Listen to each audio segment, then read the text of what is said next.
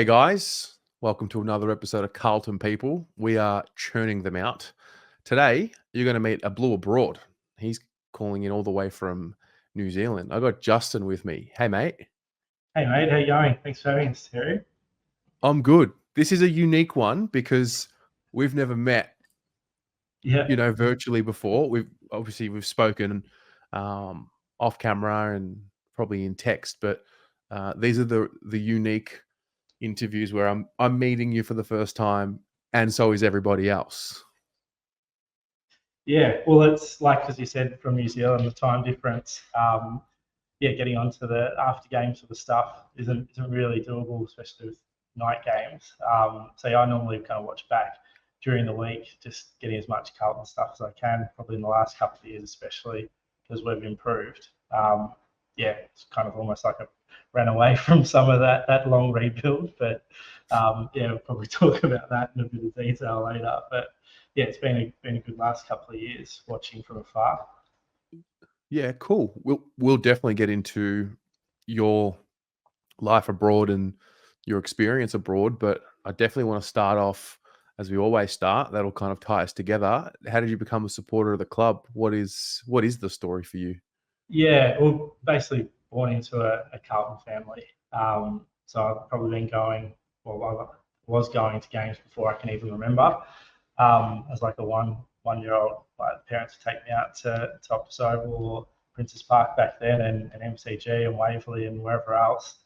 So yeah, I've been kind of just born into it, and probably some of my earliest memories are linked to Carlton games, like just little memory parts of games like like kindergarten age sort of stuff, you know. So yeah, that's kind of how I got into Carlton. It's just yeah, my dad, my mum, uncles and stuff are all Carlton. Yeah, right. And do you remember the first time you like watched a game or went to a Uh, game? I well told it was probably as a 1 year old or like real young. But what I probably the piece it together, the first thing I can actually remember, if like you go back and think about the dates because you can look up the games. I remember, and it could be I remember being there, and then I think I remember watching an old VHS replay of it. Was Yeah. beating Collingwood in their bicentennial game, Oh yeah. and I think that was 1992. So I would have been only four. That's probably one of my earliest vague memories was being a sellout, having to sit in a weird spot of the MCG. I don't really remember much of the game being there, but I remember sitting somewhere different to where we always sat. And then kind of yeah, watching the game back as a kid. We used to probably have a heap of tapes lying about that I'd watch back. So that's probably the earliest game I can remember is beating them in that game. I think it was 92. Yeah, right. Did you latch on to the Carlton community? I mean, you did say it was part of your family, so you probably already felt the Carlton community within your family anyway. Is that how it like Yeah, well, there how it was got that you? community feel, like how it was where we sat. The same sort of people all sat in the same spots, kind of at an Optus Oval on that sort of the opposite side to where the benches were on that wing. You'd see the same sort of people probably every second week. So you kind of grew up with that. That was kind of yeah the winter sort of family really. So the family that went to the footy would be there. There's other family that weren't sort of into footy that wouldn't be there, but there'd be all the other people that'd be sitting around you who are kind of like an extended to the Carlton family. That's a very unique point that doesn't get brought up a lot, especially when you're growing up and you have a reserve seat. Those people see you 20 something times a year. That's might be for some people more than what they see Yeah, cousins or yeah, family that's the members. thing. Like we probably did see them more than yeah the other half of the family that probably weren't into it. Because yeah, you were 20 times over that winter period, and probably in summer you're not seeing people that often. So yeah, definitely. Yeah. What are your fondest memories, whether it's as a child or just in life? What are the ones that really stick out to you? Um, I vaguely remember little bits and pieces from '95. Um, bits and pieces from grand final day. Not too much throughout that season. But the big ones that I can definitely remember a lot clearer was the '99 prelim. Okay. Um, So growing up as well, northwestern suburbs, like everyone was Essendon out there, so I hated them. Like everyone, the older guys on some of the shows talk about their hatred for Collingwood, but for me, like those mid-90s, they were a bit of a joke. Like they weren't any good. We'd beat them up all the time. So I didn't have that hatred like I did for Essendon and growing up with like everyone at school being Essendon. So yeah, 99 definitely is the standout. And then probably those, couple of years afterwards, being a real top side and Cooter at his peak, they're probably the two. Well, they're kind of almost linked in. He was half of the story of 99, and then just the next 2 years, how amazing he was. They've probably been the highlights. Did you latch on to did you have childhood heroes? Like Cooter was mine. Cooter's the one that got me locked in. It was definitely was Cooter and probably Soth. They were my two as a kid. But yeah, Cooter was probably, it would have been neck and neck maybe going into those sort of years, but it just went to another level. Sort of, going every week and just seeing what he was doing week in, week out when he got moved into the midfield was like, I don't think, obviously his coverage wasn't as talked about as it is now. Like I still think it's the best anybody's played in my sort of lifetime. Like it was normal for him to kick 5 goals and get 30 touches and have, I remember a game he was just in the middle of romping through everyone and Pagan sent Carey into the middle to tag him basically. Wow. And he kicked 5 on him and got 30 touches. And it's like, actually put that into like, all the TV shows and stuff that cover it now. Like imagine the best forward of the game having to go tag a midfielder, like probably the best player of that generation to have to go to a defensive job and get towed up by, like say Petrarca or someone doing that to Jeremy Cameron. Like it'd be off the charts now, and I don't think it probably got the recognition because he didn't win the Brownlow and that. Yeah, it was massive.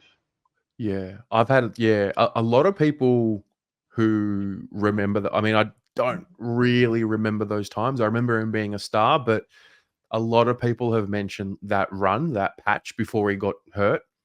And sometimes you look at those patches and then like 20 years later they become normal, but no one's doing what he was doing back then today. Yeah, and it was just that, bit ahead of his time with the physique and stuff that it probably even elevated it to another level because he was just bullying adults. Like it was just something else. So yeah, that was definitely my favorite player growing up was Cooter. Right. So then we get to like the mid to late teens for you, and then you moved away, right? Yeah. So probably teenage years is when we turned to crap. After that brief sort of good period, and probably clashed a lot with my footy as well. Like, so I was starting to, for the first time ever, not go to games. So even before moving overseas, if games were on the same day and same time. But then, we were just constantly getting smashed and, going every time I could. And then, when was it? It was like 2011 or 2012 is when I moved to the UK. So we had a beat like that, little bit of a brief period of some okay moments in there, but it never really felt like it was that close. Like, and I was overseas, I never really got the feeling that we're going to maybe look at a flight home for a grand final or anything like that. Yeah, we got in the way we got in 2013. But I was still obviously watching all the time, and it's like a drug that you can't get off. When you're overseas, you'll find a way, and you'll make it work at different times. And so I was still kind of watching everything from there. But it was that 2013, 14. So 2013 was when I was definitely moved over there, and we were okay. But then it really blew up while I was overseas. Then we go through another rebuild. So 2011, 12, 13. So I don't think Watch AFL was created at that time. That came a little bit later, No, right? yeah. So I think it would have been, yeah, I don't even know. In 2012, I was traveling at that point, so I didn't even really have a base. So I didn't know how I was going to watch much that year. And I don't think we were in the finals in 2012. But yeah, 2013, yeah, I can't remember the streaming sort of ways, but yeah, there was the walkabout pubs all over the UK on like for the Okay. Friday night games. You could watch up Friday lunchtime and stuff. So maybe call in sick a couple of times for a couple of games to go watch. But yeah, it wasn't easy. Um, and then even during the terrible sort of period, it was more watching the highlights packages rather than a full game because you just didn't know how you were gonna what sort of dodgy stream and yeah when you're not expecting a good outcome at a weird hour you kind of at that point that's when I probably first time not watching it live as it kind of crumbled away. So what kept you going? Like, I mean, eventually you come back and you start watching again. Now you live in New Yeah, Zealand. What keeps you watching? Because it could be very easy to tune out. Like you live a different life yeah. now. You're not in the bubble. What keeps you on? Um, I guess during that, so when Sauce sort of came back and there was the whole rebuild, um, I was kind of still consuming content and stuff and looking at why we were the way we were as kids sort of fan, you're just absorbing results, you're not looking for any reasons and whatnot. But I kind of, you pieced it together and we had those 7 years of drafting. No one was left on an AFL list except I think Cripper and Ed Kerno and maybe Nick Holman. So I was like, well, you're not going to fix 7 years instantly. So it's kind of a bit of a realist to be like, we're not going to turn this around too quick.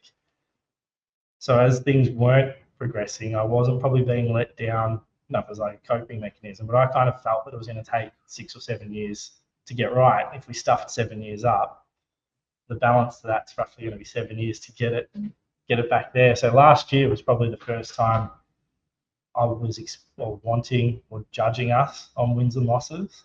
Yep. I obviously had concerns different times, with Teague and whatnot, with just some basic sort of game plan stuff. I was never really too concerned during Bolton's stage because the bar I set was really low. We had Yeah. ground zero. Um, so yeah, I think those years that probably being in the bubble, the the blows of not getting there in the length of time, I was just probably in a different mindset to it, being from afar and looking at it in that way that I don't see it being a 66 game rebuild. I think it was called. I was like, I don't like that sort of Yeah. short Nah. term of it.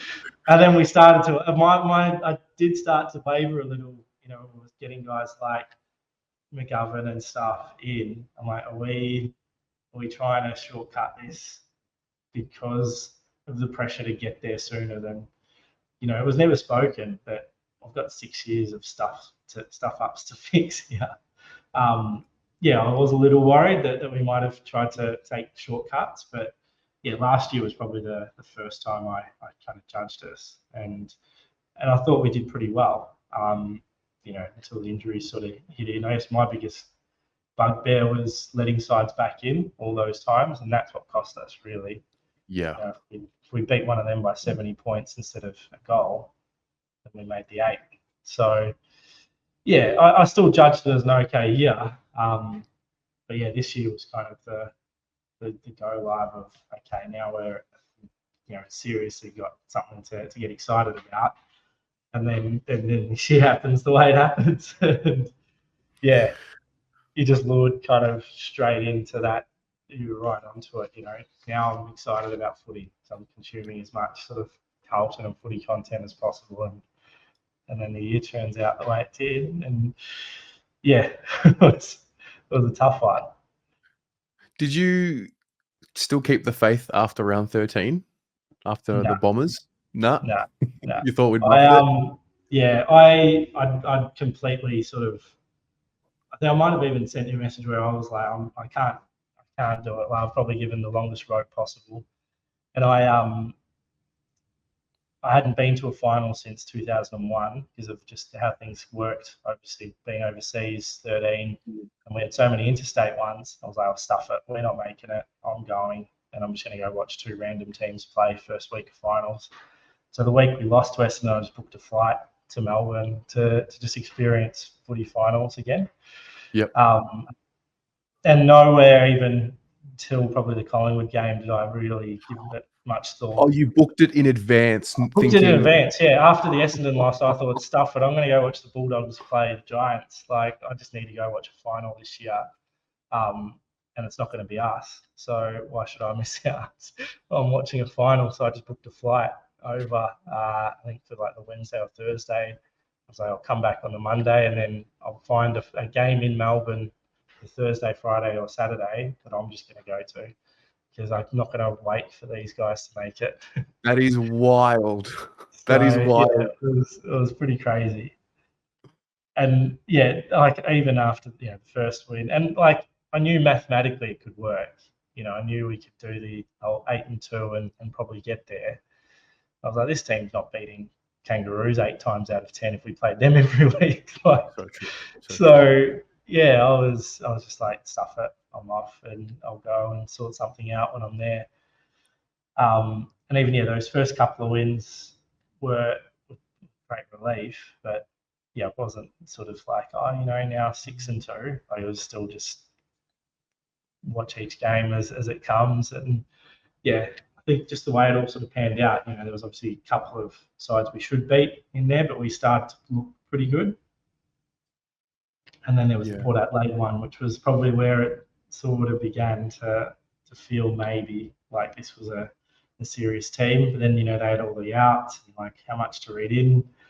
But it was just that whole sort of tennis match of, is this for real? Like before the Collingwood game, it was a little bit. Not everyone was probably there. I don't know how it was. Probably being 100%. No, I think you're right. I think you've actually nailed it. I think people found a reason to discredit Port Adelaide, whether that's right or wrong. It just happened.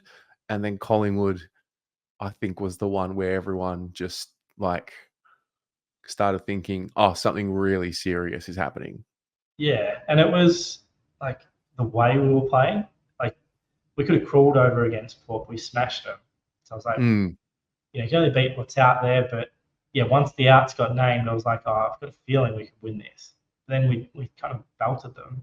Yep. And I was like, this is like really good football. Like this is not just limping over and getting some lucky results.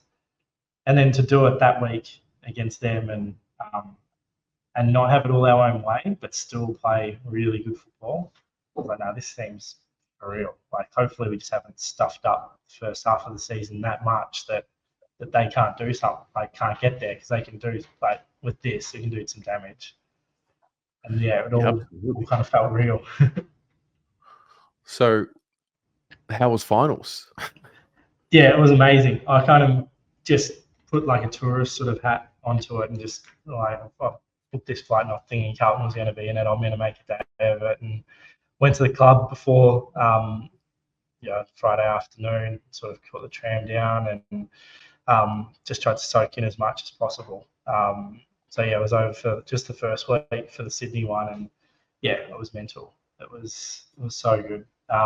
Just the way it played out, an interstate team, and it literally being probably 85,000 Carlton supporters who, all that pent up sort of frustration and to kick the first Doherty to kick the first goal of all people, and just the roars. I know it was probably louder the week after, but it was like just chills. I still probably get it even talking about it. Just to be back there and see that, it was crazy.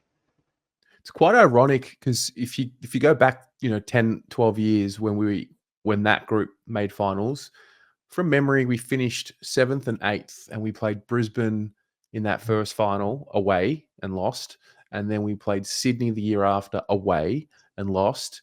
And it just kind of like the lesson just gets reminded, like you got to play at home in a final, especially when you're us. Like, I mean, you look at the prelim as well. Like if we just put a bit more work in to get that home prelim, that could, I mean, you never know. We'll never know, but pretty confident you get us at the MCG in a final. and that is the definition of giving ourselves the best chance.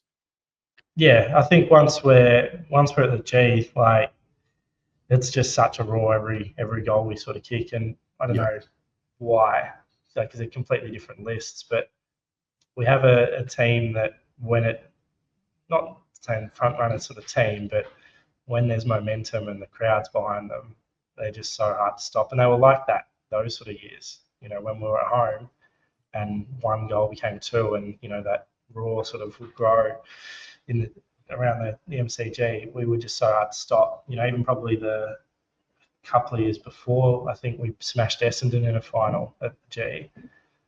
But then we went and played West Coast away, and that was probably the one time it felt like a little bit again like a team that could do something. It was like we just need to get back to Melbourne, and we yep, can maybe get Geelong and we can get Collingwood, but we just couldn't get back. But yeah, it's so true. If we can get, not jumping ahead, but yeah, if we got to top two and could guarantee playing in Melbourne, if we get there, we'll be definitely hard to stop. But it's so important to do the work over the 23 weeks and yeah, not have to try and win an interstate final, because it's so tough to do, especially Brisbane. yeah, especially Brisbane. Yeah. So, as we sort of look at this group moving forward, like what is missing? Yeah, for me, I don't know if there's the person on the list to do it, because there's a lot of young sort of players that hopefully someone to step up. But if I was to like to say it was ever a chance in the trade period, but that like Luke Bruce style player, that 30, 40 goal, not even like small, like the small that can play a little taller at times, but can also crumb.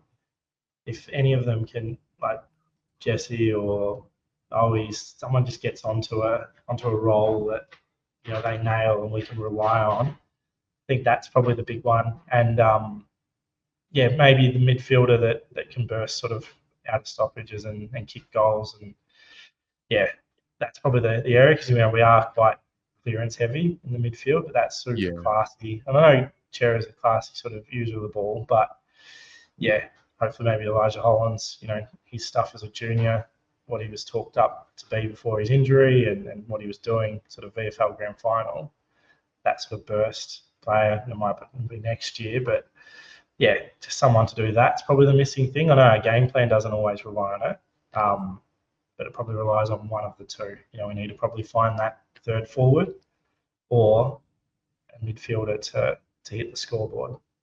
yeah, So I I think at the like it. moment it's very much Charlie or Harry, and then it's all bonuses on top. But you Yeah, just can't put your life on anyone kicking a score if they're down. So if Charlie's held and Harry's missing, are we going to score enough? And that's the missing thing. Pretty comfortable back six is all sort of set, and rucks and the main sort of mids. It's all kind of there. It's all forwards.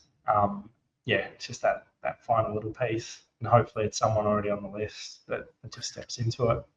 yeah. One thing I learned from 23 is that your big forwards, they'll get you there, and then you need someone else or a couple others to elevate come finals time, because it's just not a key forward friendly point in time, the finals. Like you might Yeah, get 1, 2 good finals out of them, but like once you get deep into the season, like prelims and grannies, it's just harder than what it already is for a key forward to dominate. yeah, and it might even be like a JSOS. Just someone that I don't think Yeah, someone's going to kick four for the very first time in their career in a prelim. yeah, But if they've done it once or twice in the 23 games, and maybe chalked on games of goalless and a lot of ones, but they've had a little purple patch game where they've kicked 4 or 5, I think that's the player that will do it in a final to help, carry the load for the big forwards. But I was never thinking Owies was going to do that for the first time in a final, or yeah, you know Corey Durden or anyone really. Like it's just I don't see someone doing it too often for the first time. But yeah, if it's someone like that steps up during the season, that'd be great. If they do it a couple of times and then do it in a big game in the final because, yeah, if Charlie's held, we still need to put the score on the board. Yeah, I like it. Last question. Which year is the year that we next lift up the cup? I'm going to put sort of good energy out and say it's next year. Love it. Like, yeah, just need to sort out that first half of the year, really. You know, if we can go 6-4 and then 8-2, Yeah. you know, that's a much better position. If we can get to that 15 wins, you know, we've got players to come back, players that will improve, and yeah, I don't think the sides that played in the grand final, you know, Brisbane of 2001 to 2003, you know, and even in the last few years, I think these sides that win it are at that 11 out of 10 amazingness that we probably grew up with, but you just need to get enough right and be the best. I don't think we're that far off. Yeah. Love it. Love it. Well, mate, thanks so much for your time. It's really cool to speak to somebody who is really living and embodying the spirit of the Blue Abroad YouTube channel. It's cool to see you still locked into it, and I get it. I get it. It's like a little slice of home that just keeps you part of your Australian roots together with you. So thanks again, and we'll see you at finals 2024. Yeah, love it. Cheers. Thanks, Terry. Go Blues.